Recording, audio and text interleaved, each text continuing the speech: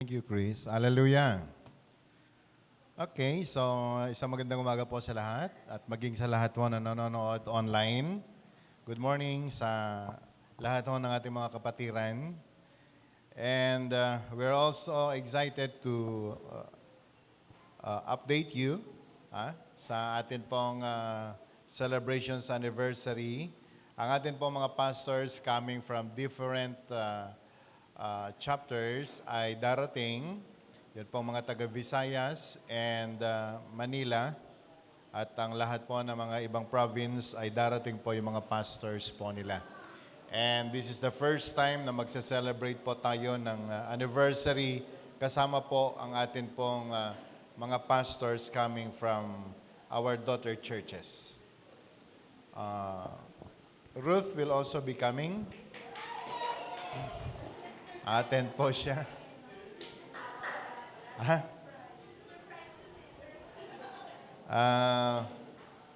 Ang payo po sa kanya ay magdadala daw po ng team galing sa Hong Kong. Pero sabi ko, siguro mga Japanese na lang pwede. Para wag ko tayong ma-issue. Alright, so we're all excited na mag-celebrate for our 19th anniversary. At nakipag-usap na po ako sa Pulsar Hotel at binigyan naman ho tayo ng assurance na magagamit po natin yung kanilang isang hall. Hindi po yung kanilang ballroom. Baka ho hindi natin kayang punuin. Baka po next year pwede na. So we will be using this smaller venue. Pero ganun pa man ay binigyan ho tayo ng special price, kaya ho magagamit po natin yung kanilang hall. Alright, so let's go to the Word of God. Let's open our Bibles please in the book of Psalm. Psalm chapter 90, especially of verse 10 hanggang po sa verse 14. Psalm chapter 90, beginning verse 10 hanggang po sa verse 14. Ang sabi po dito, the days of our lives are 70 years. And if by reason of strength, they are 80 years. Yet their boast is only labor and sorrow, for it is soon cut off and we fly away. Verse 11.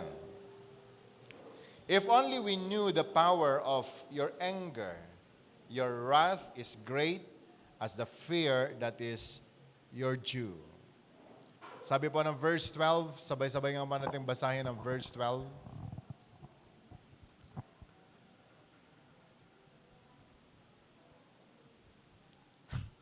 Okay, verse 12, sabi po dito, teach us to number our days that we may gain a heart of wisdom.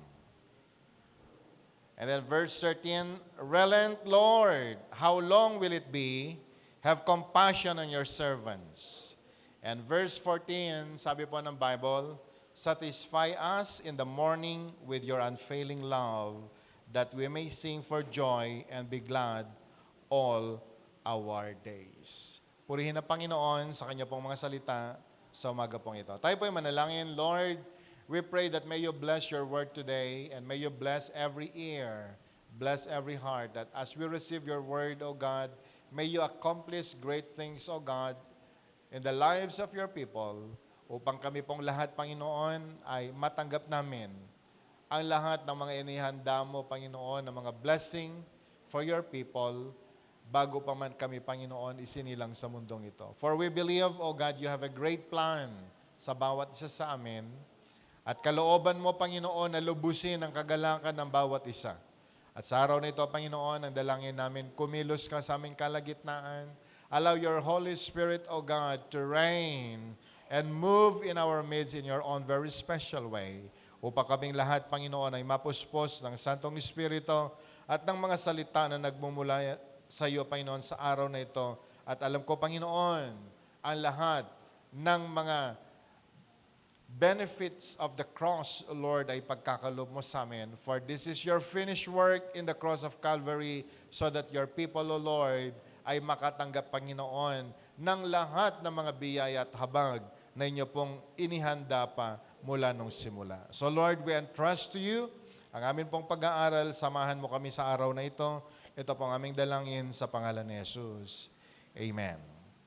Sa mga nakikinig at tumatanggap po ng morning word, na-share ko po ito ng Monday, May 13. At sa araw po nito ay mas lalo pa po nating laliman ang atin pong pagbulay-bulay sa salita po ng Panginoon.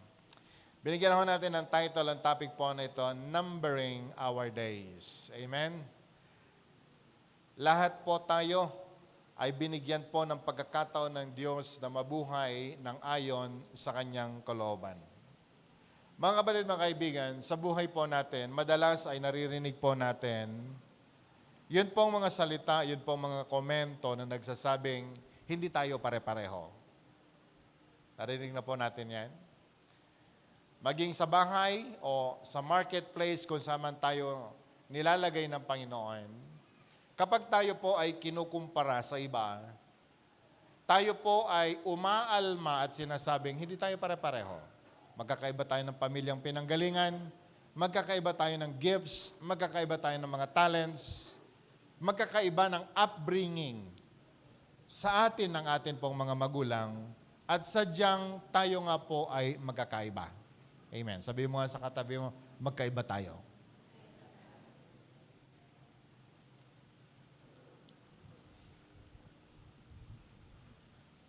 Pero, meron pong isang bagay na tayo ho ay magkakapareho. There is at least one thing you and I have in common. Alam niyo po ba kung ano yun? God has given each of us the same amount of time each day. Kahit saan ka nang galing, kahit ano man natapos mo, kahit sino ka pa, magkakapareho po tayo sa isang bagay. Tayo ay binigyan ng Diyos ng pare-parehong panahon, pare-parehong araw. At alam niyo ho, kapatid, kaibigan, ang isang araw na ipinagkaloob sa akin, ganon din ang araw na ipinagkaloob sa inyo. That each day have 24 hours, and each hour ay meron pong 60 minutes. And in every minute ay meron po tayong 60 seconds. Kahit sino ka man, pare-pareho ang panahon na ibinigay ng Diyos sa atin. Can I hear amen? Can I hear amen? But you know, brothers and sisters, one of the hardest things we need to do each day is to use God's gift of time wisely. Ang pinakamahirap pong gawin ng tao sa buhay ay kung paano po natin gugulin yun pong precious na oras, yung precious na araw na ibinigay ng Panginoon sa bawat isa sa atin. Can I hear amen? Can I hear amen? Libre pero parang ang hirap. Ang hirap pong gamitin, ang hirap gastusin, ang hirap pong i-manage ito pong time po na ito. And so today we will talk about the very precious gift na ibinigay po ng Panginoon sa atin, our time. Sabi mo nga sa katabi mo, your time. Lahat po tayo, may kanya-kanya po tayong karapatan sa buhay, pero isang bagay lang ho kasi nakakatakot. Ang bawat oras, ang bawat araw na dumarating sa atin, buhay na pinahiram ng Diyos, paano mo ginagamit. Lalo na po sa mga panahon na ito, ang dami pong mga umaagaw sa precious time na ipinagkaloob ng Panginoon sa atin. Can I hear amen? May mga batang napapahamak dahil yung kanila pong mga magulang walang panahon sa kanila pong mga anak. Minsan may mga nawawalang asawa sapagkat yung kanila pong partner hindi na alam kung ano pong oras. Hindi alam kung ano po ang nangyayari sa bawat panahon na dumarating po sa atin. Marami pong mga tao po ngayon, mga kapatid, mga kaibigan, takot na takot mamatay. Kaya kahit nasa katandaan na po silang edad, ay ginagawa pa rin ang paraan para po madagdagan ang kanilang buhay sapagkat hindi pa po sila nakontento sa mga panahon na ibinigay sa kanila. May kausap pa rin po ba ako? And so your time is very important. Mahalaga na pag-usapan po natin ang mga bagay na ito sapagkat mananagot po tayo sa Panginoon. Magsusulit tayo sa Diyos, pagharap po natin sa Kanya, paano natin ginamit ang mga panahon na ipinagkaloob sa atin. Ang Psalm 90 ay isinulat po ng isang matandang leader ng Israel, si Moses. At alam niyo po, si Moses ay, alam natin kung paano po siya nabuhay, kung paano siya ginamit ng Panginoon as leader ng Israel. Sa kanya ipinagkatiwala ang Ten Commandments, sa kanya ipinagkatiwala ang maraming mga importanteng panahon sa mga taga-Israel. And for him, time is very precious. Hindi ko po alam kung anong uri ng mga responsibilities, anong mga responsibilidad na meron po tayo. Pero, ang bawat isa sa atin, anuman ang estado po natin sa buhay, maunawaan natin dapat, meron tayong pananagutan sa oras na ibinigay ng Diyos sa atin.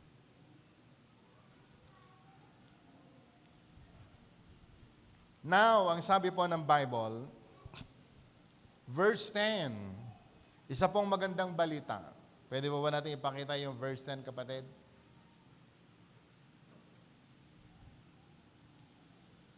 Hallelujah. Ano nangyayari? So, okay, I will read it. Our days may come to 70 years. Sabi mo nga sa katabi mo, 70 years. Kaman sabi mo sa kanya, mabubuhay daw tayo ng 70 years. Okay ka na ba sa 70 years? Sabi nung iba, Pastor, hindi ba pwedeng paabutin ng 100 para meron tayong matanggap sa DSWD? Pero ang Bible ay nagsasabi, the length of our days is 70 years. Or 80 if we have the strength. Meron pong extra bonus kapag ikaw ay malakas, maayos ang iyong pangangatawan, ay baka umabot ka pa ng 80. Pero may mga umaabot ng higit pa dyan.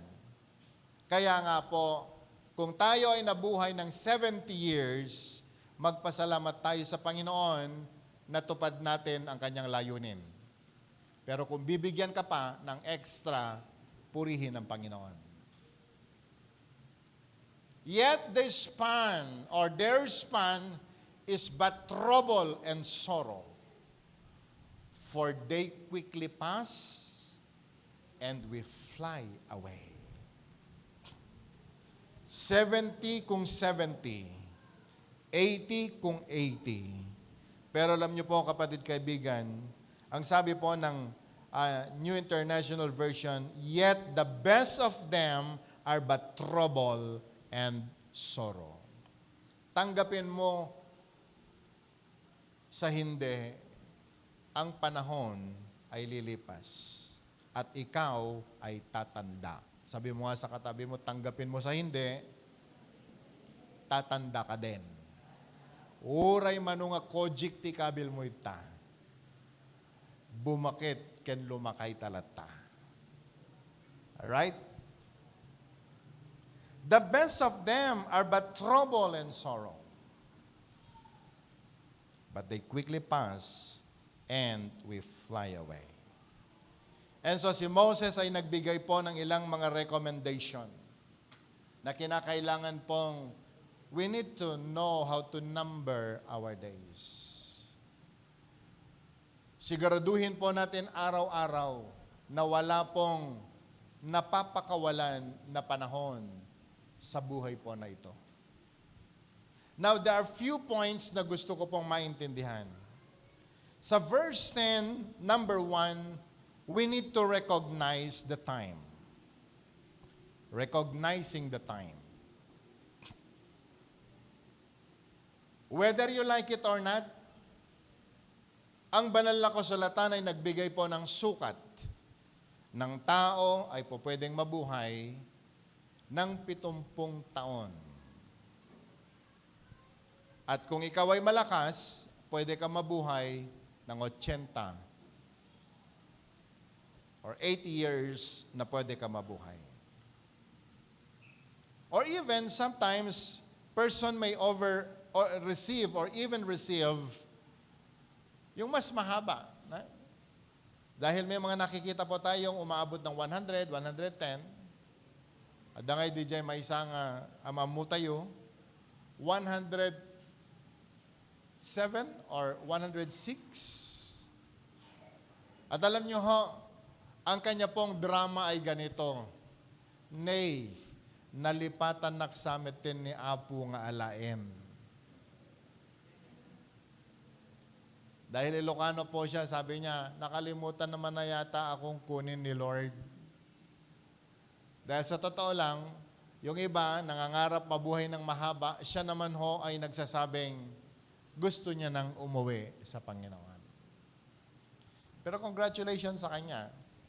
Maabot siya ng 100 years, 100 plus years.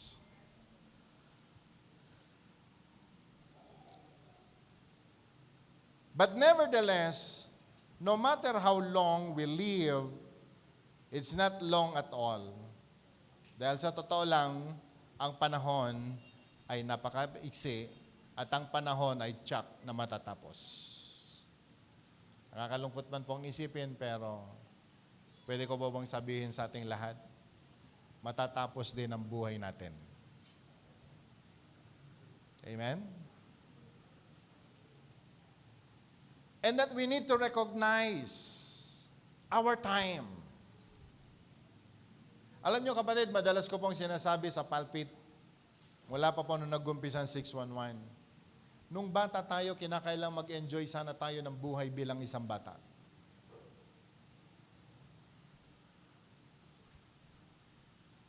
Binigyan na po tayo ng Diyos ng panahon nung bata po tayo na dapat gawin natin ang lahat ng mga bagay na gawaing bata. Marami po sa atin, hindi po natin na-enjoy yon. Can I hear amen? I'm now 54 years old. Ilan ho sa akin ang kaedad ko mas mataas? Nung panahon ko po kasi, wala pang nawasa. Kaya, yung panahon ko na dapat sana ay maglaro, kinakailangan kong magbuhat ng tubig galing sa napakalayong kapitbahay para lamang mag-igib, punuin yung aming lalagyan, yung aming tapayan, ang lahat ng pwedeng lagyan ng tubig sapagkat wala po kasing nawasa. Kung babalikan ko po ang aking panahon at tinitingnan ko ang mga bata ngayon, ang gagaling ng panahon nila ngayon. Wala na po sa isip nila ang salitang mag-igib ka. Sapagkat buksan mo ang gripo, nandun na ang tubig na kailangan nilang gamitin. Kaya pangarap at isip po ng mga matatanda, mas matatalino at mas mababait sana mga bata ngayon. They have all the time para po mag-aral, mag-review. Pero nakakalungkot mga kapatid, mukhang nabibigo pa tayo sa ating pangarap at iniisip sa kanila. Nung araw, kapag ikaw ay gumamit ng kusinilya na tinatawag nila, alam nyo yan, yung gas, may gas na fuel, pagkatapos sisindihan mo, kapag meron kang ganyan nung araw, napakayaman mo na. Ha? At saludong-saludo na sa'yo ang mga kapitbahay mo sa barangay. Mapalad ang mga bata na may mga ganyan nung araw. Kasi, nung panahon namin, kinakailangang umakyat kami sa bundok, pagputol ng mga sanga ng kahoy, iuuwi, puputulin, at kinakailangan kang mag-imbak sa likod ng bahay para may magamit ka sa panahon ng tag-ulan. Sa mga kaedad ko at mas matanda sa akin, ang daming mga panahon na nawala sa atin. Can I hear amen? Andito si Caroli, tsaka si... Isipin mo nung araw, Brad, mag-I love you lang tayo sa mahal natin, telegrama pa. It takes how many days bago makarating sa minamahal ang sasabihin mong I love you? Alam niyo po yung, anong tawag doon? The agony of waiting. Kung anong isasagot niya sa telegrama. Pag sumagot, ang kanya pang sagot ay ganito, maghintay ka lamang. Ang daming panahon na nawala. Pero wala tayong magawa. Ang panahon natin, dumating nung panahon natin. Pero ginawa natin ang mga bagay na dapat natin gawin nung panahon natin. Kapatid, kaibigan, may panahon na dumating sa'yo. Ang tanong ay kung paano mo i-recognize ang mga panahon na dumarating sa'yo. And so as Christians, brothers and sisters, maging si Moses nung panahon, gaano kahirap para kay Moses ang kanyang role as leader ng Israel. Kaya nga po nung isang araw na siya'y nagpapahinga, napagtanto niya ang kahalagahan ng oras, ang kahalagahan ng panahon sa buhay niya. Ang kasalanan ng Israel, isinisisi sa kanya. Ang problema ng Israel, siya lagi ang nananagot. Kapatid, kaibigan, pero si Moses, ginawa niya ang kanyang bahagi. Dahil alam niya ang kanyang panahon.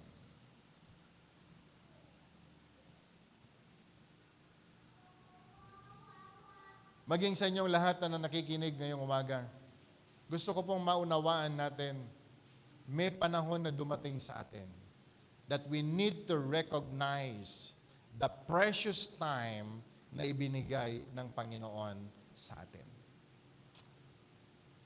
Dahil sa ayaw at sa gusto po natin, ang bawat panahon na dumarating sa atin, blessing na ipinagkaloob ng Panginoon para po gawin natin ang kanyang kalooban.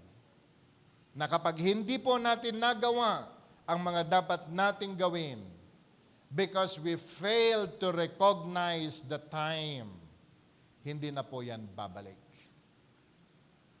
Hindi na kailanman babalik ang bawat panahon na lumipas sa atin.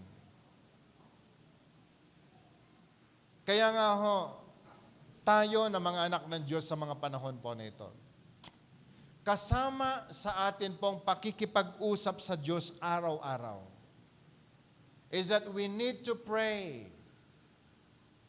with the help of the Holy Spirit that we need to discern ano po ba yung nais ng Panginoon na gawin natin sa araw-araw, sa bawat oras na ipinagkaloob ng Panginoon sa atin. Can I hear amen? Can I hear amen? Kaya po pala meron tayong panahon na tinatawag nating sa Christian community, quiet time. bahagi ng ating pong pakikipag-usap araw-araw. In our quiet time, we need to wait and be still and wait for the commandment of God. Ano ang nais niyang gawin mo sa buong isang araw na pinagkaloob niya sa iyo? Alam niyo kung bakit? Kapag hindi mo nagawa yung pinagagawa ng Diyos sa iyo sa isang araw, ang araw na yan pag lumipas, hindi mo na yan maibabalik.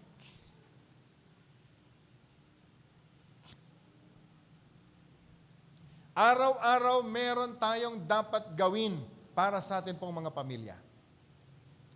Ano ang dapat mong gawin para sa iyong kabiyak, sa asawa mo? Ano yung pinagagawa ng Panginoon sa iyo para sa mga anak mo? We need to recognize the time. In the marketplace, may time na binigay ang Diyos sa iyo dyan. At alam nyo, kapag hindi po tayo nag-perform well sa panahon kung na binagkaloob ng Panginoon sa atin, magkakaroon po tayo ng problema. Can I hear amen? Young people, be careful and be wise of using your time.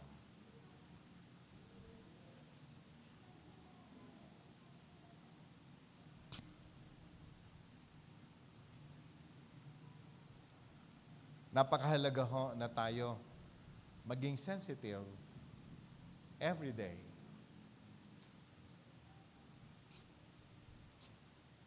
Lalong-lalo na ho ay ang dami po nating dapat pagtuunan ng oras. Amen? May mga matatanda, sinasabi po nila, hindi ko na-enjoy ang kabataan ng aking mga anak. Because most of them are absent. Yung iba po ay nasa ibang bansa, naghahanap buhay, kaya lumipas ang panahon ng kanilang mga anak na hindi po nila nakita ang kanila pong paglaki. Nag-usap kami ni Claire. Nung nag-umpisa po kami, before we started 611, si Claire ay nag-stay po ng 2 taon sa Hong Kong. At may mga istorya po yung kanyang mga anak, si Ruth at Ezra, na parang hindi niya po nabantayan. At alam nyo, every time nag-uusap po kami, nandun po yung kanyang regrets na hindi ko nakita yung kapilyahan ni Ezra nung panahon na yan.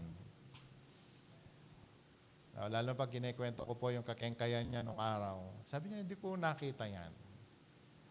And kung may magagawa lang ako para ibalik siya doon, ibalik yung panahon, pero napakahirap po sa lahat. Ang pinakamahirap po sa lahat, hindi na ho natin maibabalik yung mga nakaraang panahon. At ako man din ay meron pong 2 taon na nawala sa aming mag-asawa. Dahil po nung panahon po na yan ay napakamahal ng video chat, video call. Tawag-tawag lang na kinakailan pang magmadali. May tinuro pa sa akin nung araw, kinakailan mag-ring ka. Pag tinanggap niya, papatayin mo agad para po makatipid sa load. Para ka magnanakaw sa load. Kaya po wala kaming maintindihan sa pag-uusap namin. Kayo ngayon, sa panahon ninyo, mga kabataan, kahit pa malayo mga magulang ninyo, may paraan para lamang magamit yung precious time ninyo sa mga mahal nyo sa buhay. Can I hear amen? Can I hear amen? Ngahanton intuno, nasa hospital na yung mga magulang, may tubo na sa bunganga, at hindi na po nakakarinig, hindi na po siya conscious. Taka tayo pupunta doon, bibili ng masasarap na pagkain, hindi na niya yon ma-appreciate. Hindi na niya yon maririnig. Kasama sa precious time, yung dapat ngayon, ibigay mo habang may pagkakataon. Can I hear amen? Recognizing the time. Lalong-lalo na po ngayon, ang dami pong mga umaagaw sa precious time natin. Obserbahan nga po natin. Sa buong isang araw, paano natin ginagamit yung oras natin? Ilan ang napupunta kay K-drama?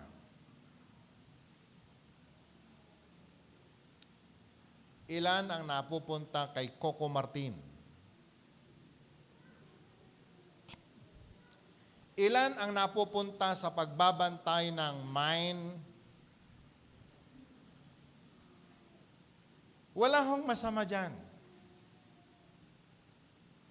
Pero gusto ko pong sabihin sa inyo, meron pang dapat pag-aksayahan.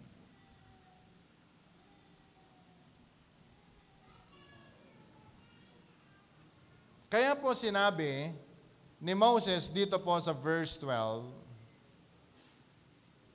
verse 11 muna, sabi po niya doon, if only we knew the power of your anger, your wrath is great as the fear that is your due.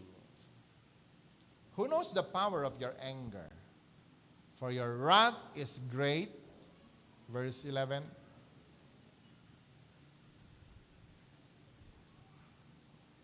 for your wrath is great as the fear that is your due.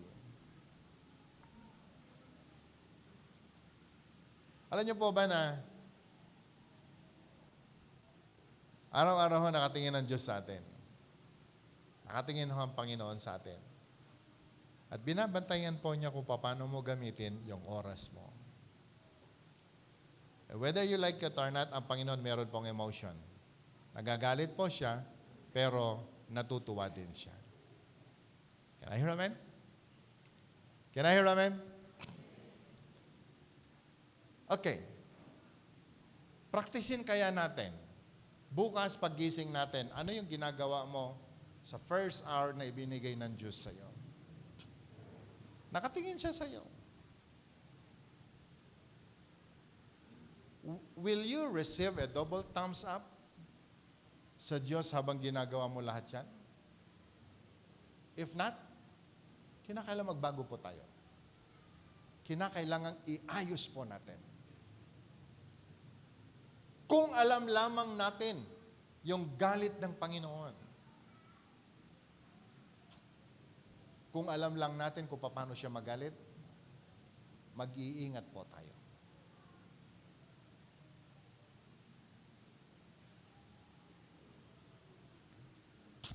Meron po akong binisitang opisina last week. Napakadami pong trabaho doon sa office. Lahat ay nagmamadali. Pagkatapos, one of the operator, nakita ko yung kanyang computer, nandun yung trabaho niya, pero 1/4 ng kanyang screen ay naglalaro siya. Pwede pala yun?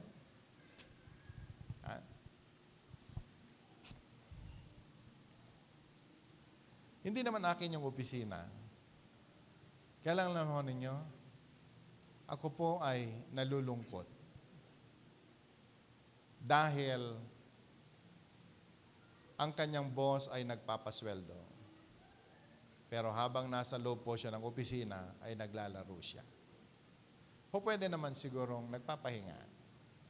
O pwede naman sigurong ginawa naman niya lahat ng kanyang mga trabaho at nag-aabang lang siya. Pero alam niyo, ang nakakalungkot lang isipin, may mga bagay na dapat pa sanang gawin para po maging productive. Amen. Pagkatapos magre-reklamo, bakit hindi na po promote? Magre-reklamo, bakit hindi napagkakatiwalaan ng kanyang boss? May mga boss hindi na umiimig, hindi kinoko lang attention. Pero mapapansin mo, maipapako ka sa posisyon na yan at hindi ka aangat, hindi ka nga bababa, pero umangat na ang lahat, ikaw hindi. Bakit? Dahil you don't recognize the time.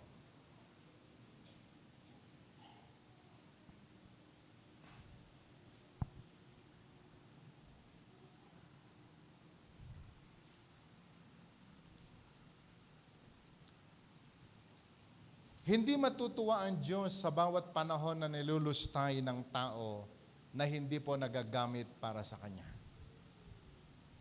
Hindi po siya natutuwa. Dahil ang nais ng Panginoon, tayo ho, na Kanya pong nilikha, mabuhay tayo at maglabas po tayo ng bunga ng ating buhay para po sa Kanyang kapurihan. Kaya po sinabi niya sa verse 12, ano po sabi ng verse 12? Teach us to number our days that we may gain a heart of wisdom. Sabi po ni Moses, minsan isang araw siya ho ay nagmumuni-muni. Nakikita niya po yung mga taga-Israel. Imbes sana na sila'y sumamba sa Panginoon, ano kanilang ginagawa? Sumasamba po sila sa hindi tunay na Diyos. Nakita po ni Moses ang ugali ng mga taga-Israel. Imbes po sana na sila ay maglingkod sa buhay na Diyos, iba ang kanilang ginagawa. Siya po yung leader ng Israel. Every time na ang Israel ay may problema, nakakaranas po ng maraming persecution o nakakaranas ng maraming mga pagsubok, si Moses na kanila pong leader, umaakyat sa bundok at nakikipag-usap sa Panginoon, Lord, save your people. Lord, bring forth rain. Pero nakikita po ni Moses yung mga tao.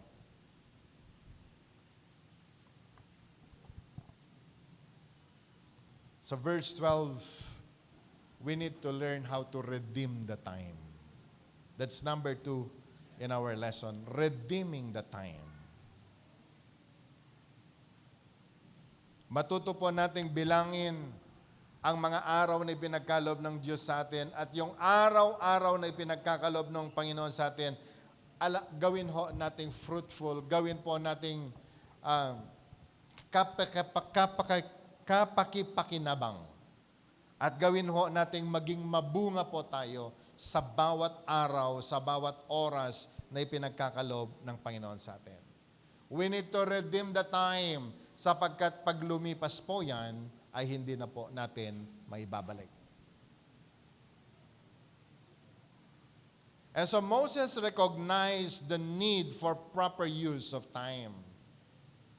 Nakita niya mga taga-Israel, binigyan na sila ng tubig, binigyan na sila ng ulan. Binigyan sila ng maayos na lupain. Idagdag mo pa ang pangako ng Panginoon na itataboy ng Diyos ang lahat ng mga pest sa kanila pong mga pananim. Yet, the people of Israel, ano ho ang kanilang ginawa? At habang nakatanaw si Moses po sa kanila, doon po niya na-recognize the need of proper use of time. At alam niyo ho, hanggang sa panahon po natin, nawa ay malaman po natin, mapag-isipan po natin kung gaano po kahalaga ang bawat oras na dumarating sa atin. Can I hear amen? Huwag mong pakakawalan ang precious time na ibinigay ng Diyos sa iyo.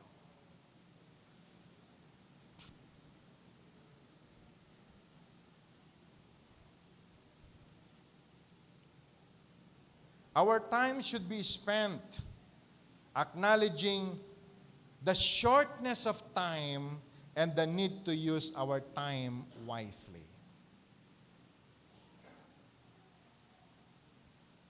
Our time should be spent acknowledging the shortness of time and the need to use our time wisely. Pilipino, ganito po kasi, wag nang munang gawin ngayon. Bukas na lang. Daman niya na habit. Wag muna tayo magtrabaho ngayon.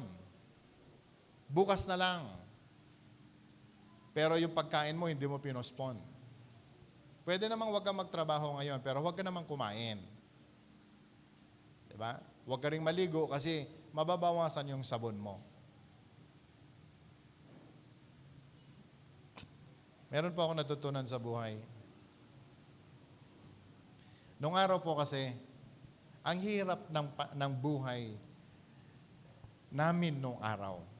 Madalas ko pong sinasabi, ang hirap yung pumasok ka sa eskwela, wala kang kinaing breakfast, walang kanin, walang ulam. Na ang kakainin mo ay boiled banana na hindi pa hinog. Naranasan ho namin yan. Kaya nga po nung nabigyan ako ng pagkakataon, natuto na po akong kumita ng pera. Hindi po pwedeng sa maghapon na wala akong kinikita. Guilty akong kakain ng pagkain na inaharap sa amin sa lamesa kung wala po akong kinitang pera sa maghapon na yan. It became my principle.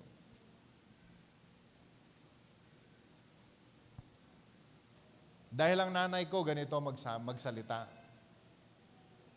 Pag humarap ka sa pagkain na wala ka pang ginawa, hindi ka nagwalis ng surroundings at hindi ka nagpunas ng mga pasimano nung araw ng bahay, sasabihin niya sa iyo pag humarap ka na sa kainan, may karapatan ka bang kumain?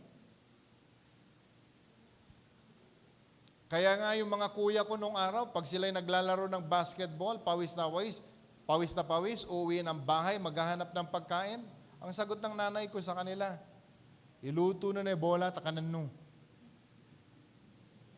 Dahil oo nga naman, wala kang ginawa. Pagkatapos makikiangkas ka sa pinagpawisan ng iba. Tama po ba o mali?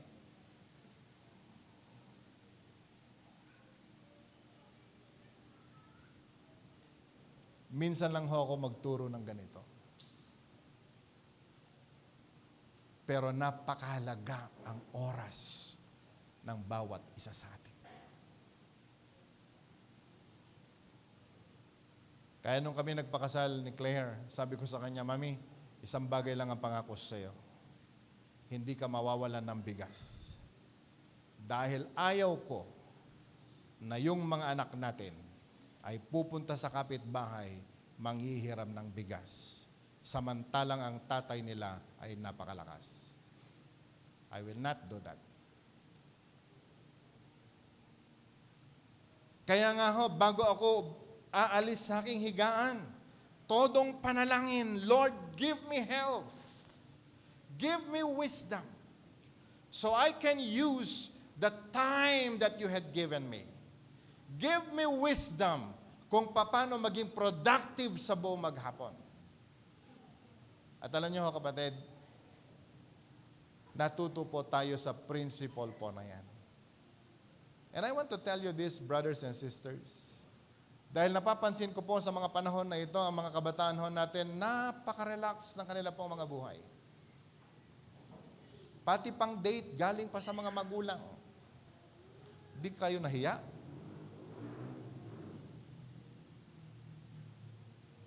Kaya nga madalas advice ko sa mga young people in the church, kapag dinedate kayo ng mga boyfriend ninyo, at pakakainin kayo ng Jollibee o ng kahit na anong burger, you need to ask your boyfriend, saan nang galing ang pambili mo?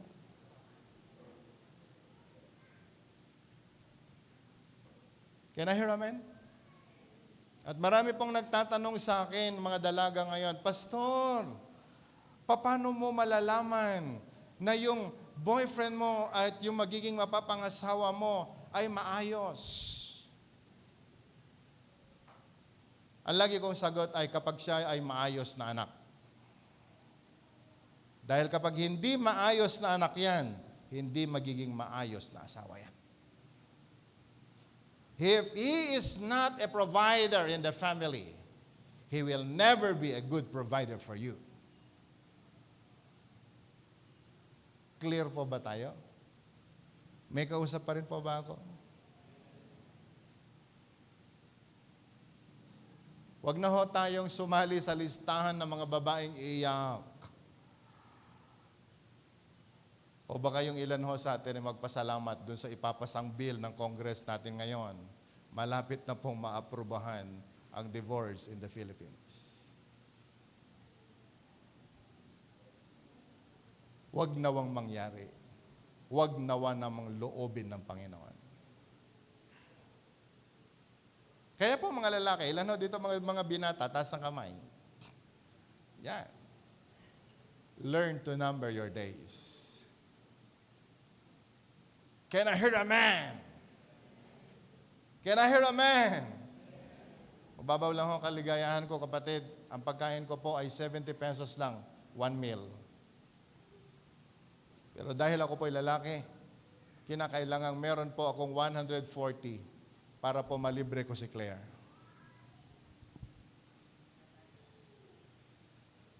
That's the good mathematics. Hindi po ba? At kung mag-aanak ka, kinakailang isama mo pa yung another 70. Magkano yan? Magkano? 210. Sensya na kayo, mahina po ako sa math eh. Okay, tapos nangangarap ko mag-anak ng 5. Magkano na dapat? 420 per meal. Times 3. Nagulutak natin, ano? Mga engineers.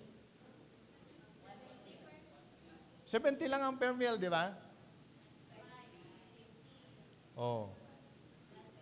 Times 3. Isipin niyo mabuti. Hello? Tapos ganyan ang kalaki ng pamilya na pangarap mo. Tapos may isang trabaho ka. Magkano kinita mo sa maghapon? 450 halimbawa, minimum wage.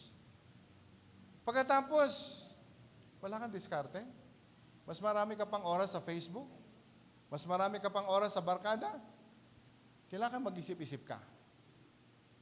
Pasensya na ho kayo. Pero kinakailangan hong maunawaan natin ito pong pinag-uusapan natin. Amen. Can I hear amen? Kaya nga, congratulations po dun sa mga masisipag na mga makikita po tayo sa Tuguegarao, no? Ang sipag mag-tricycle, pero sa likod ng bahay niya, may mga alaga pa siyang manok, may mga alaga pa siyang pato. At bago po aalis yan, magdi-deliver pa ng pinatigas na yelo para lamang ibenta sa market. Yung mga nagtitinda ng mga fish, ng mga dapat bigyan po ng yelo. Alam nyo, hindi mo po pwedeng sabihin, tricycle driver lang yan. No. Alam niyang bilangin ang kanyang panahon. Redeeming the time. Sabi nga po natin, redeeming the time.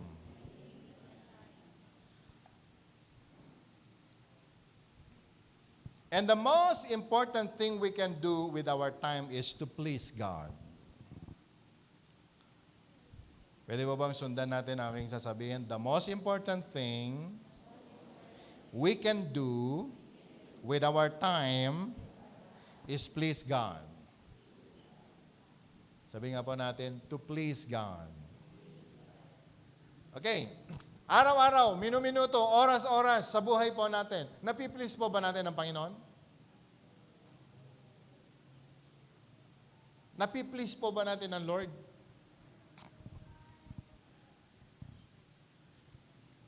See to it that every day, every moment, every minute in your life, natutuwa ang Diyos sa iyo.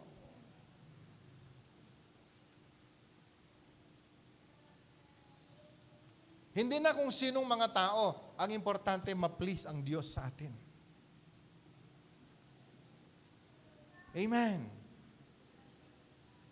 Nasa school ka man, nasa trabaho ka man, nasa church ka man, nasa bahay ka man, kinakailangang ma-please ang Panginoon sa iyo. Dahil sayang ang pagkakataon na binigay ng Diyos sa atin kung hindi po natin siya na-please. Pastor, sure naman ang buhay ko eh. Bakit? Wala naman ako ginawang masama. Di ba? Wala ka naman talagang ginawang masama. Okay yun. Pero yung wala ka rin ginawang mabuti, delikado din yon. Naunawaan pa ba natin? Pwede ba tumingin kayo sandali sa akin? Pwedeng hindi ka naman gumawa ng masama eh. Okay yun. Hindi ka naman talaga gumawa ng masama. Pero yung wala kang ginawa, na kahit mabuti, palagay ko may problema po tayo.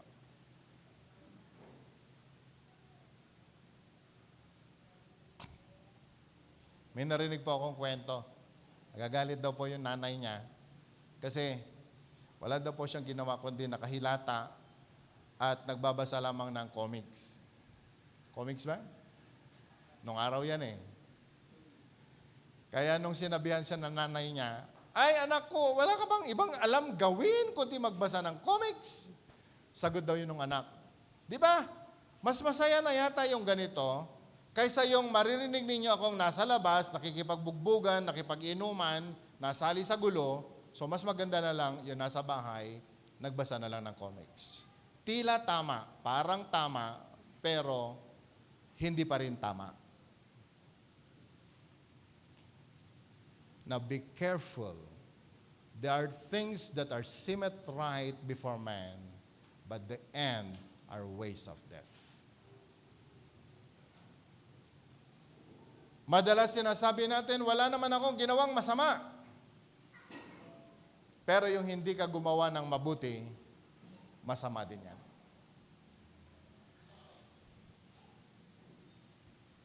Amen. Can I hear amen?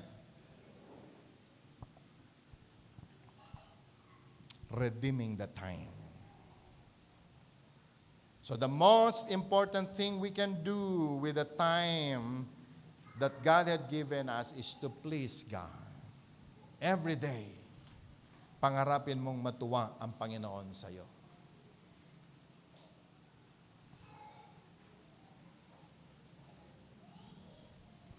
Sa verse 13, ang sabi po niya dito, relent Lord, how long will it be? Have compassion on your servant. Relent Lord, how long will it be? Have compassion on your servants. Nakikita po ni Moses kasi ang itsura ng mga tao noong araw. And God is about to pour out His wrath on Israel. Dahil po sa kanilang ugali, dahil po sa kanilang mga gawi. Na para bang hindi mahalaga ang panahon sa kanila. They should worship God who created the heaven and the earth. Pero iba ang kanilang sinamba.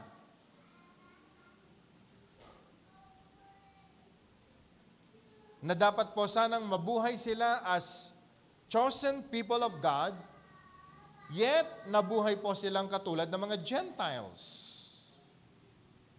Na dapat po sanang magpasalamat sila because they are on their way to the promised land, yet the people, ang kanila pong sinasabi, ibalik mo na kami sa Egypt.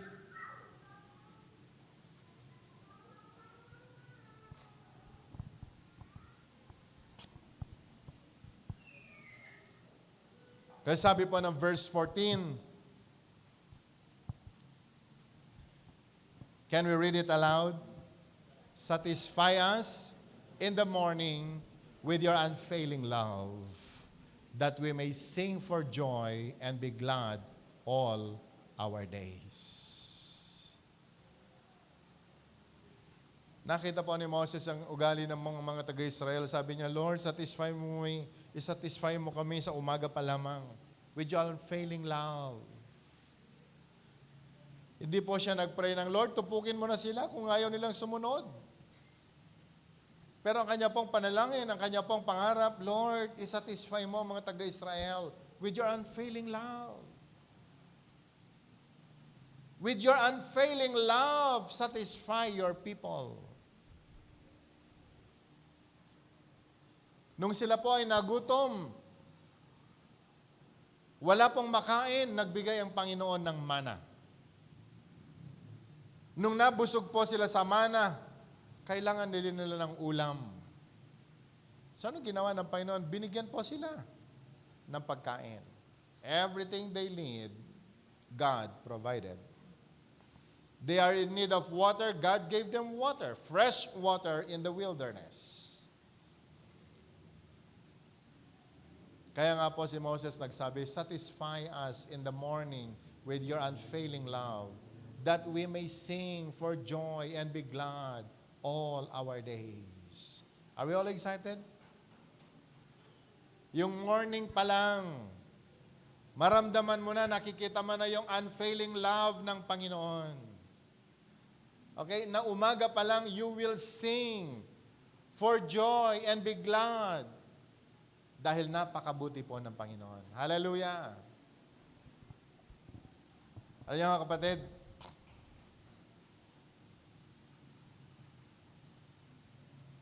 sa mga panahon na ibinagkaloob ng Diyos sa atin, the sooner we find the mercy of God in Christ and are satisfied with the mercy all our days, the happier we will be. Kung alam mo lang, kung gaano kalaki ang mercy ng Panginoon sa iyo. Sabi nga po natin, mercy. Hinanap ko po sa dictionary, ang ibig sabihin po ng mercy is a blessing that is an act of divine favor or compassion. A blessing that is an act of divine favor or compassion. Mercy. Sabi nga po natin, mercy.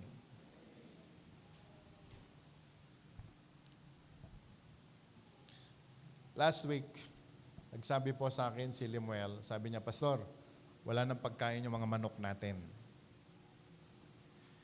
At that time, may problema po ako sa financial. So sabi niya sa akin, awan kanin di manok tayon, Pastor. Sana pa insaruno, awan kanin di jay, wala nang pagkain yung mga aso natin. And I was shocked dahil sabi ko, kinocompute ko yung pagkain ng 5 aso, 2 pusa, at kung ilang pirasong manok. Eh, medyo masakit din. So, tiniis ko po yung 2 araw na walang pagkain, especially yung mga chicken. Yung aso, hindi pwede. So, yung mga chicken, wala pong pagkain. So, usually, every morning, ito pong week na ito, kapag nagre-record po ako ng morning word, sa loob na po ng sasakyan ako nagre-record. Kasi occupied po lahat ng room namin sa bahay. So kung 3 o'clock, gigising naman ako sa second floor, nakakahiya naman sa kanila. So nandun po ako sa loob ng sasakyan, magre-record na sana ako. Pero dahil napakaliwanag nung ilaw po namin sa labas, nakita ko yung mga manok namin, nandun po silang lahat sa palibot nung sasakyan. So, sabi ko, ano kaya ginagawa nila? Akala ko makikiusap silang hihingi ng pagkain sa akin. At siyempre, alam naman nila na tayo yung provider. At natutuwa po ako dahil yun pong kinaiinisan naming mga lumilipad paggabi. Alingging, kuntara kay tawid. Nahulog silang lahat dun sa semento. Wala na yung kanila pong mga pakpak. At alam mo ninyo, yung mga manok kong hindi ko pinakain ng 2 araw, yun ang kinain nila. Isa po ito na nakatulong kung bakit nagawa ko po itong teaching na ito. Alam niyo yung mercy ng Panginoon? Kung hindi po ako magbibigay ng pagkain sa kanila, dahil sila ay tumitilaok, kapag umaga, ginagawa nila yung responsibilidad nila. Umaga pa lamang, nung wala silang makain, lumabas na po sila, dala ang kanila pong mga sisiw, at sila ho ay naghahanap ng pagkain.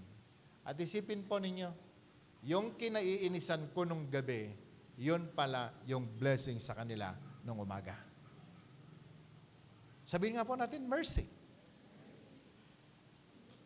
Alam nyo, manok lang yan. Pero tayo, kapag maintindihan mo lang, we all live by grace and by the mercies of God. Walang dahilan na hindi ka magiging masaya. Can I hear amen? Just after na na-witness ko po yun, alam niyo ninyo, ginawan ko ng paraan na mabilhan ko po sila ng pagkain. I was moved of compassion. Sabi ko, puro ulam pala. O sige, mabigay tayo ng pagkain ninyo.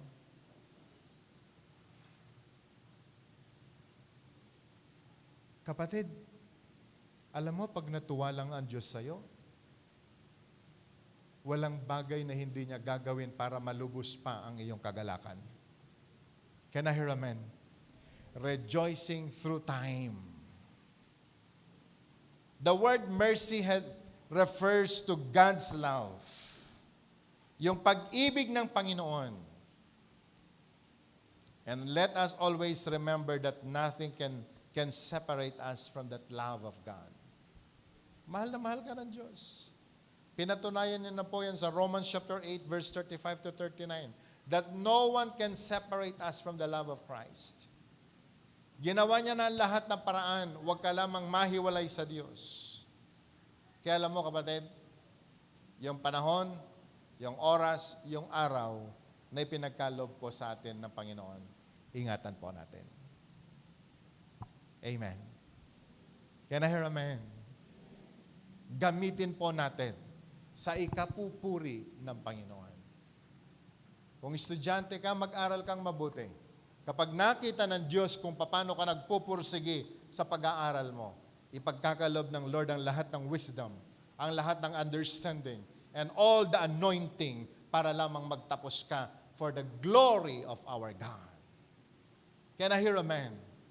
If you are working in the marketplace, kapag natuwa ang Diyos sa atin, we know how to manage our time.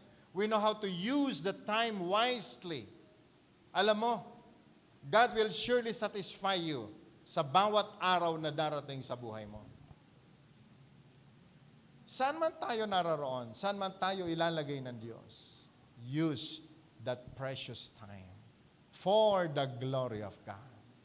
At alam nyo, kapatid kaibigan, wala ho kayong pagsisisihan. Anytime na darating ang Panginoon, alam po natin, nagawa natin yung assignment natin. Amen. May mga teachers po tayong kasama ngayong umaga. Pag nagbigay kayo ng assignment sa inyong mga estudyante, sa inyong mga pupils, you're always expecting that tomorrow, they will pass and they finish their assignment. Can I hear amen? Tama po ba?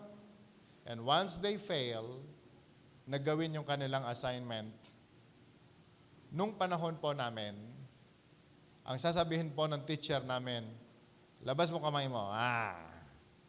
Tapos mamaya-maya, meron ng palo na dadapo. At alam nyo kapatid, in every assignment, may requirement ang Lord. Kapag tayo po, ginawa natin yon, God will reward us. Kapag na-fail po tayo sa paggawa nun, meron po tayong mga consequences. Again, nais ko pang basahin. Nung si Moses ay nagmumuni-muni, nandun po siya nakatanaw, tinitingnan ng mga taga-Israel, yung kanilang mga ginagawa. Ang kanya pong panalangin, teach us to number our days that we may gain a heart of wisdom.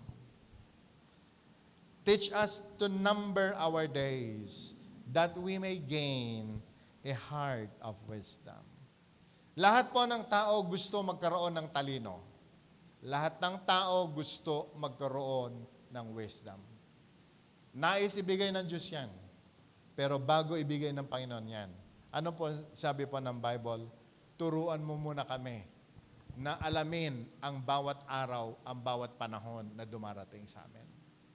Kapag matuto ko ng magbilang ng araw mo, doon ipagkakaloob ng Diyos ang wisdom sa iyo.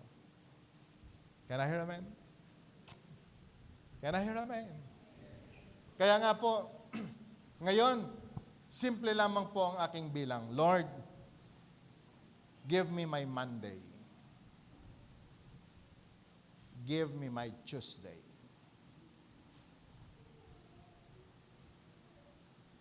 Pero kadalasan po kasi, ang panalangin ng tao, Lord, give me my 15th and give me my 30th. No. Be excited every day. Dahil merong gagawin ng Panginoon na laging bago sa bawat umaga. Can I hear amen? Can I hear amen? Numbering our days. Napakahalaga po niyan. Tayo po yumukod sandali at manalangin. Dakilang Diyos, Ama naming sumasalangit, salamat sa araw na ito. Salamat, Panginoon, sa iyong habag at biyaya. That, Lord, you have sustained our life. Na kahit sa mga panahon, Panginoon, na hindi ka namin napiplease, na hindi ka namin mabigyan ng tuwa, mahabagin ka pa rin sa amin. Sa mga panahon, Panginoon, na napakawalan namin ng mga precious time in our lives, yet you remain faithful. Binibigyan mo pa rin kami ng panahon ng pagkakataon. But we believe, O God, with all these favors and grace, you are also requiring us, O God, on how to become good stewards. For we will surely receive, O God, ang lahat ng result ng aming ginawa sa mundong ibabaw. Pagdating ng panahon, magsusulit kami. At sinabi mo, Panginoon, them that are faithful, you will receive them, O God, in your kingdom. But them that are not faithful, ilalayo mo sila, Panginoon, sa iyong presensya. For there will be separation of the sheep and the goat. And there will be separation of the good fish and the bad fish. And we believe, O God, your words will come to pass. Today, Lord, thank you for reminding us. Katulad, Panginoon, ng sinabi ni Moses, and this is our prayer today, teach us to number our days so we can apply our hearts into wisdom. Lord, we are very sorry kung may mga precious time kami na napakawalan. They are all recorded, oh God, we believe. But, oh God, touch our spirit now. Let your spirit come, move in your own very special way. Touch us. Touch our spirit. May we receive life. And may we receive, oh God, the understanding. So that, oh Lord, sa darating na araw, sa araw po ng bukas, we will start making our day right, for this is your perfect will. And we believe you will show forth your mercy. At kaming lahat, Panginoon, ay mabubuhay sa iyong habag at biyaya. And so, Lord, in the name of Jesus, kaming lahat, Lord, sa araw po na ito, even those people watching online, I pray, may you open their spiritual eyes so they can see your perfect will. Give us a sensitive ear that we can hear, O God, the very rhema of your word. And give us the power. Give us, O Lord, that anointing, that what we receive today, O God, we will put it into action. We will work on it so that your name will be glorified. And you will surely reward us, O God, kung gagawin namin ang kalooban mo Sapagat ito, Panginoon, ang iyong ginagawa. So, Panginoon, sa araw po nito, Panginoon, samahan mo po kami. Can we just lift our hands as high as we can? Ask God to bless you. Ask God to anoint you. Ask God to give you more of His grace and mercy. So we can apply our hearts, our lives into wisdom. Oh God, Lord, I pray, huwag ho kami, Panginoon, na ma-divert. Huwag ho ma-divert ang panahon namin, O Diyos, sapagkat sayang, Panginoon.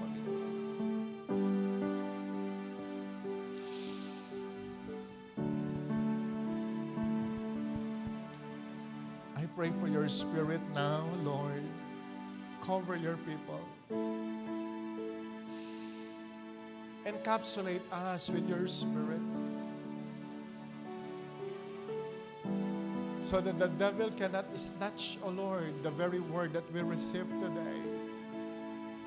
For we believe, O God, it's harvest time. Marami na kaming narinig, marami na kaming tinanggap ng mga salita. But Lord, we want to harvest the fruit, O God, of the Spirit. That God, sa araw po na ito, may your people bring home the harvest, O God, so that their vats will overflow, their homes will overflow with your favor and grace. At Panginoon, ang aking dalangin sa araw po na ito, maging sa lahat ng nanonood sa kanila po mga tahanan, accomplish, O God, your very blessing, Panginoon, na pinangarap mo, pinlano mo para sa kanila. Give it to them in the name of Jesus. In the name of Jesus. Let there be healing, O God, upon every sick body. From head to foot, let there be healing, Panginoon, sa kanila po mga katawan. And Lord, open the floodgates of heaven and begin to pour out the blessing they need, the food they need, the finances they need. And Lord God, I declare complete victory for all your people now. And now, Lord, I pray in the name of Jesus, whatever we have, multiply it, O God, for your glory. And may we use, O God, even our resources. At alam namin, Panginoon, ang bawat seed na itatanim namin, O Lord, by faith, it will multiply. And that God, for your people now, Lord, seal them with your Holy Spirit. Seal them with your fire. Lord, I pray that even their homes, O God, seal them with your fire. So that, Lord, in their lives, ay patuloy po nilang maranasan, Panginoon, ang ibayong pagpapala, ang ibayong mga blessing, Panginoon, na ipapadala mo sa kanila. So, Lord God, today, maging sa aming pong pag-uwi, pakasamahan mo po kami. Ingatan mo kaming lahat.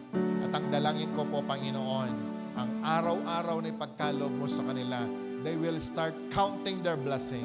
They will start counting their victories. For, oh God, ito, Panginoon, ang bunga na kami ay matutuo, Lord God, to number our days, that because of the wisdom na ipinagkaloob mo na sa amin, Panginoon, we will be fruitful for your glory.